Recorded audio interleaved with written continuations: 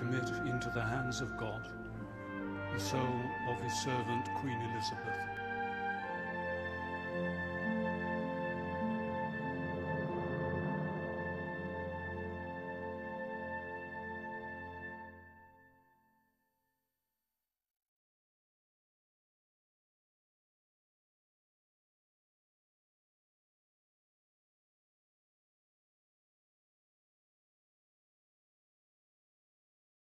Now on BBC One, the BBC News with Fiona Bruce, live from Windsor.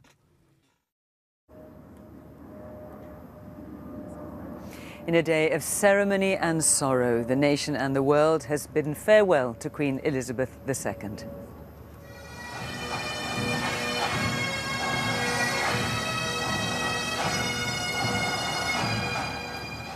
King Charles followed the procession of his mother's coffin from Westminster Hall as the state funeral began.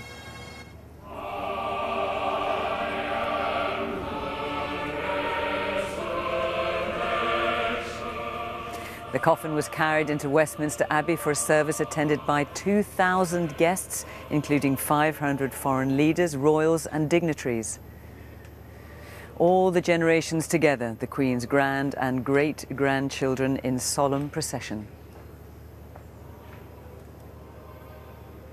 All who follow the Queen's example and inspiration of trust and faith in God can with her say, "We will meet again."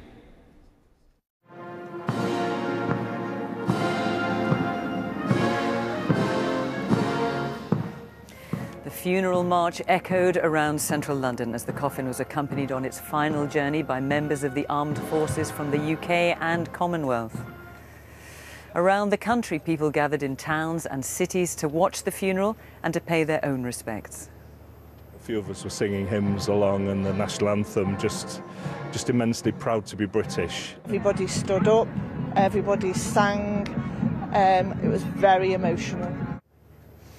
After the spectacular pageantry in London, the day ended here at Windsor, the home of the Queen since childhood. Down the long walk, crowds gathered to watch the Grenadier Guards accompany the late Queen to her last resting place. And in the final act of a day laden with ceremony, the wand of the Lord Chamberlain was broken, symbolising the end of the late Queen's reign, and it will be buried with her.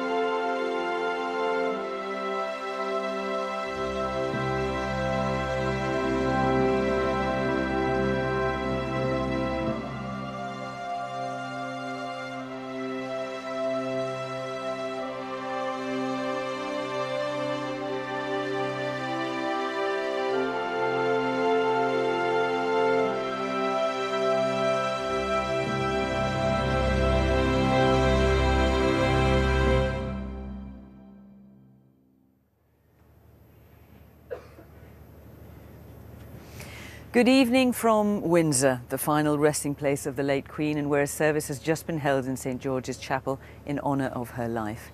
Earlier, a day of the highest ceremony, not seen in this country for nearly 60 years,